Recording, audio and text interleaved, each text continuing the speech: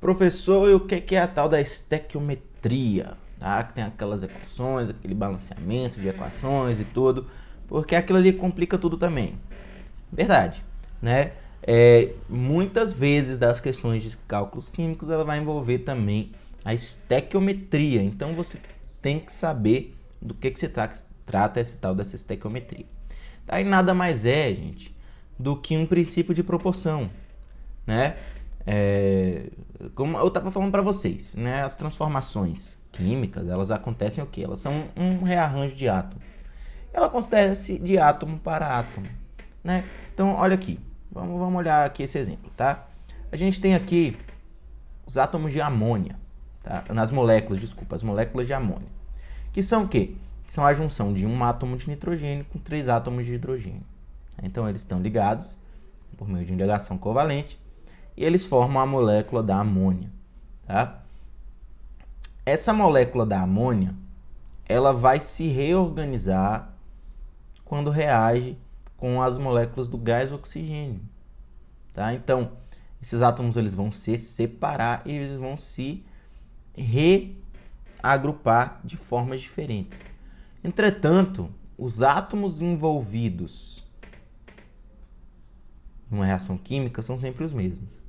Então, se você tem, olha só, 4 átomos de amônia, eles vão reagir com os 3 átomos de oxigênio. Isso significa que tem um átomo, 2 átomos, 3 átomos, 4 átomos de nitrogênio. 1, 2, 3, 4, 5, 6, 7, 8, 9, 10, 11, 12 átomos de hidrogênio. 1, 2, 3, 4, 5, 6 átomos de oxigênio. Eles vão reagir, eles vão se reagrupar. E no final, quando a gente tiver ali os produtos, a gente vai ter esses mesmos átomos, só que agrupados em moléculas diferentes. Então, a gente tem que ter os mesmos 6 de oxigênio. A gente tem que ter os mesmos 12 de hidrogênio. E a gente tem que ter os mesmos 4 de nitrogênio. Então, a gente tem que ter os mesmos átomos antes e depois da transformação química. Porque esse átomo, durante a transformação química, não muda. Não deixa de ser um átomo de nitrogênio. Não deixa de ser um átomo de hidrogênio. Não deixa de ser um átomo de oxigênio. Tá? A única transformação que muda o tipo de átomo são as radioativas. Isso é uma outra questão que não vai entrar aqui. Tá? Então, a gente tem que levar esse princípio. A gente tem que levar esse princípio em consideração. Então, se a gente tem 4 átomos de nitrogênio do lado de cá, do lado dos reagentes, a gente tem que ter 4 átomos de nitrogênio do lado dos produtos. Da mesma forma que se a gente tiver 4 mols de átomos de nitrogênio no lado dos reagentes, a gente tem que ter 4 mols de átomos de nitrogênio do lado dos produtos. Lembra-se que isso aqui é uma equação química. Lembra que eu estava falando para você logo antes o conceito de equação? Equação significa igual. Igual. Um lado é igual ao outro. Um lado corresponde ao outro. O que isso significa? O que tem de um lado tem do outro. Simples. Eles só se rearranjaram. Só se rearranjaram. Tá? Não sei como é que é aí na sua cidade, mas na minha cidade, todo mundo já namorou todo mundo. Né?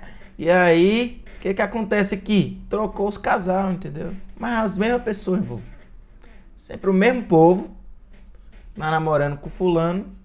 Aí daqui a pouco o fulano tá namorando com o Beltrano, que o outro fulano namorou o outro Beltrano. Quer dizer, a mesma pessoa, só que trocou os namorados.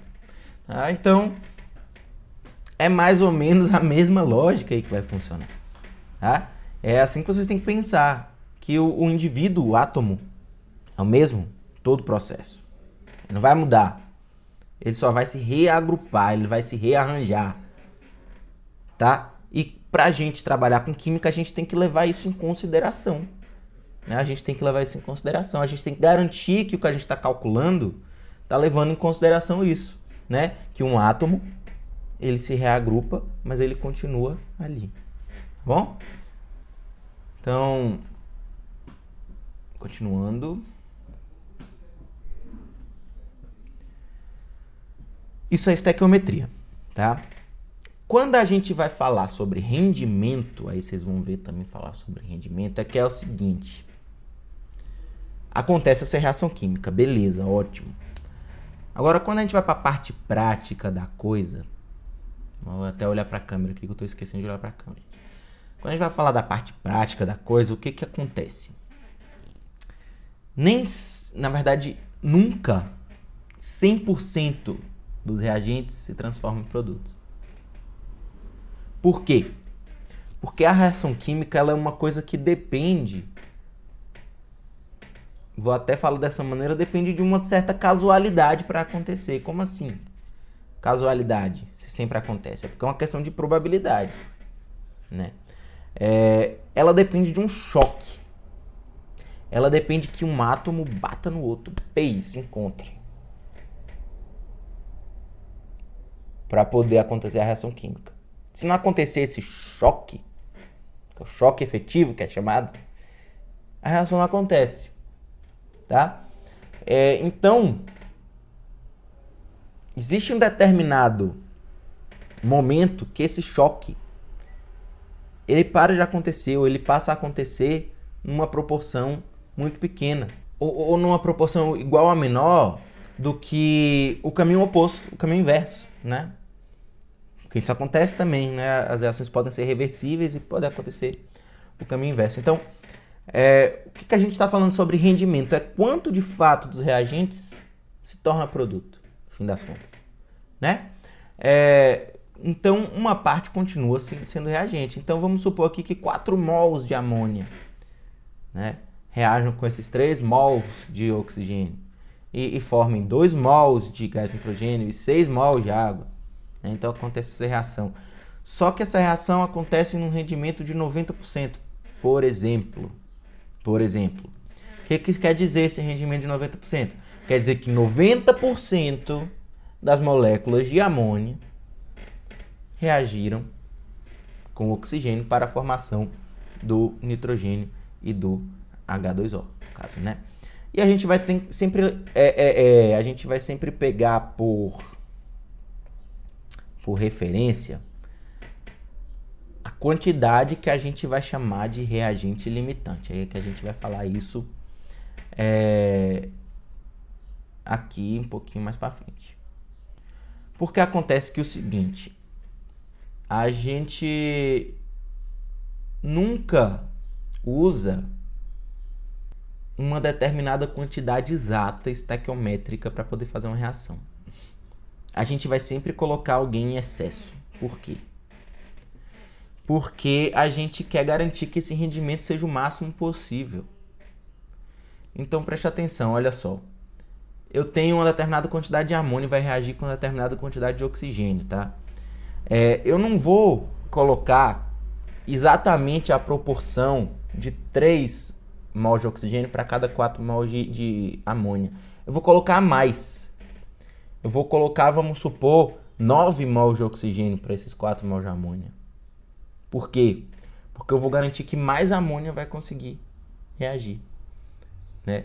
Se eu colocar muito em excesso, se eu colocar 1000 mols de oxigênio para 4 mols de amônia, eu vou ter tanto oxigênio disponível para reagir com aquela amônia que quase praticamente toda a amônia vai conseguir reagir, né? Então, a amônia, nesse caso, é o que a gente está chamando de reagente limitante. Por quê? Porque a reação só vai acontecer enquanto houver amônia disponível. Então, ela vai limitar. Não é todo oxigênio que vai reagir, né? Porque o oxigênio está sobrando. Então, quem está sobrando não limita. Quem limita é quem não está sobrando, né? Então, esse é o reagente limitante. E você vai sempre usar o reagente limitante como referência nesse caso, né? Porque não importa quanto oxigênio foi consumido, o que importa é quanta amônia foi consumida.